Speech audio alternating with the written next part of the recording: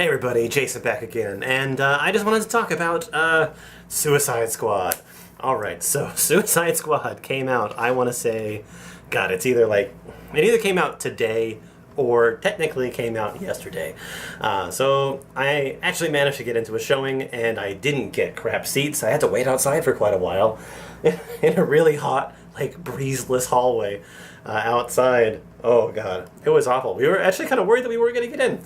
Either way, Suicide Squad. So, I'm just going to preface this by saying that I didn't really know what to expect.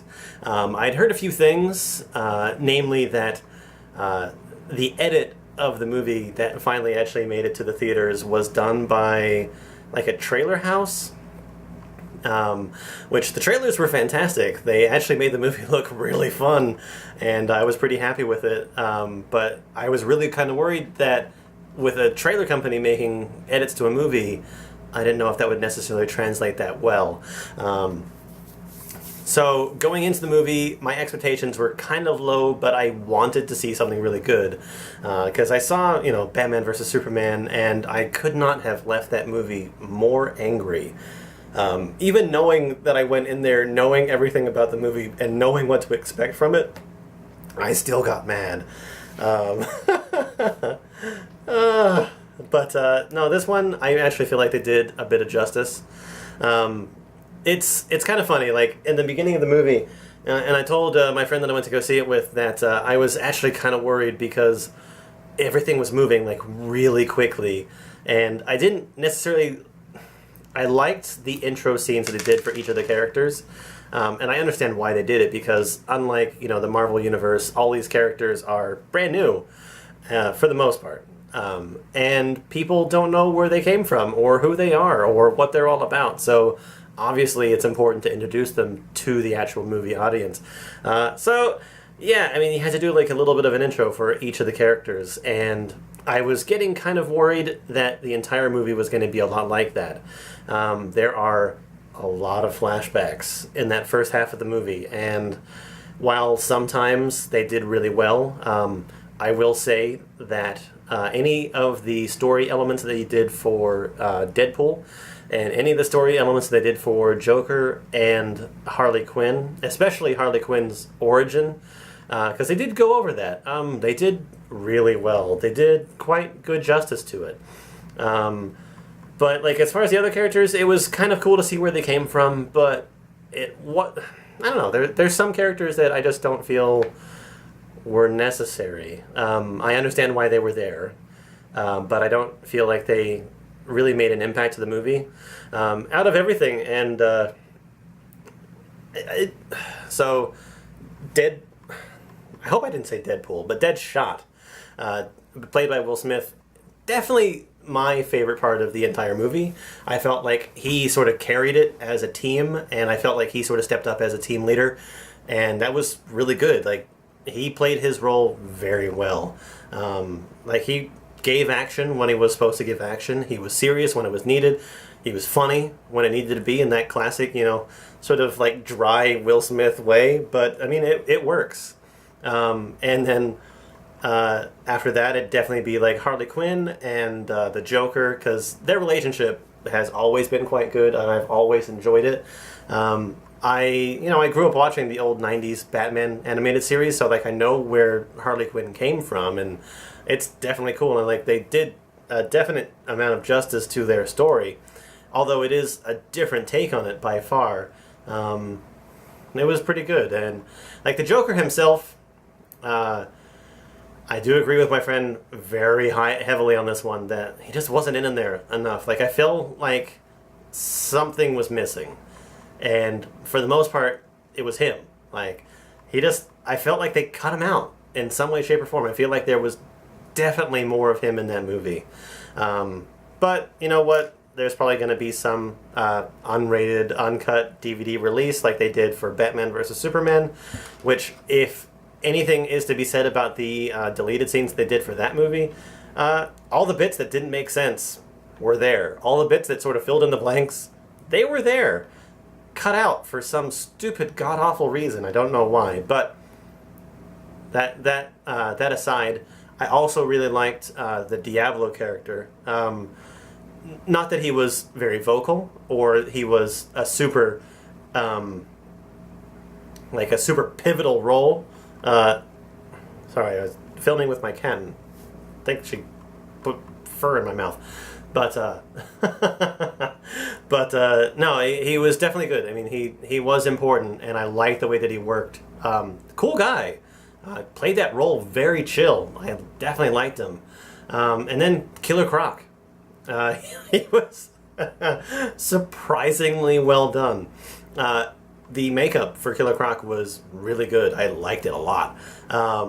He actually had a couple good one-liners. Didn't talk very much, but he was good.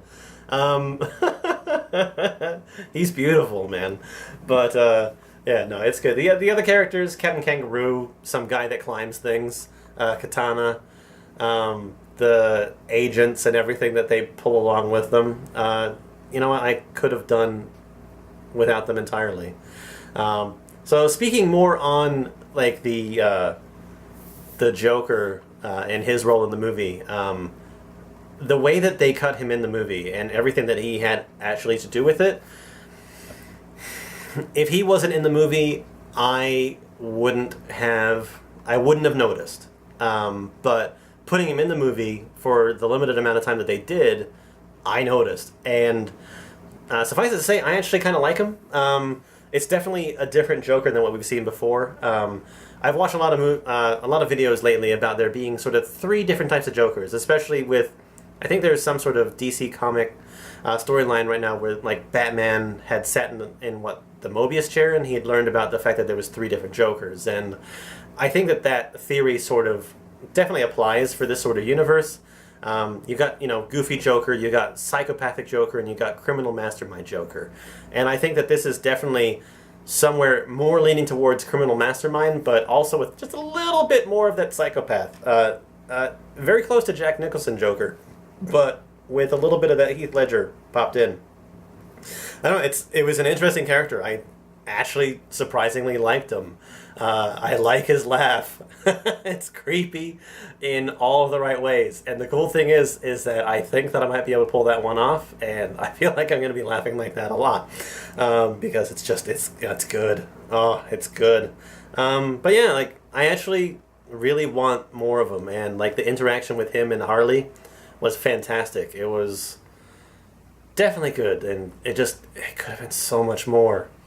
So much more. It's like, I want to see like a standalone movie with them, them fighting Batman. That'd be really cool. Like, honestly, it's like the flashback where they dealt with like Harley Quinn and Joker, and how they sort of like came to be a partnership, and then dealing with the Batman in their own little flashback, even though it was like only like a few minutes long. Like, that was a movie right there. That was something starting right there.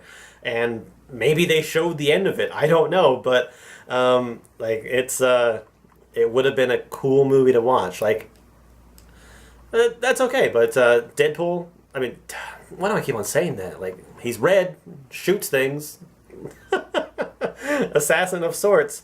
No, Deadshot, he was great. I actually would like to see another movie with him. Like, if they did another Suicide Squad, I would honestly hope that they used Deadshot again, and I would hope that Deadshot would again sort of fulfill a little bit of that leader role.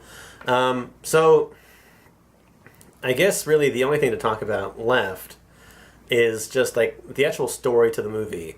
The story is there. It's much more cohesive and coherent than the Batman versus Superman one is, but I still feel like it's missing something.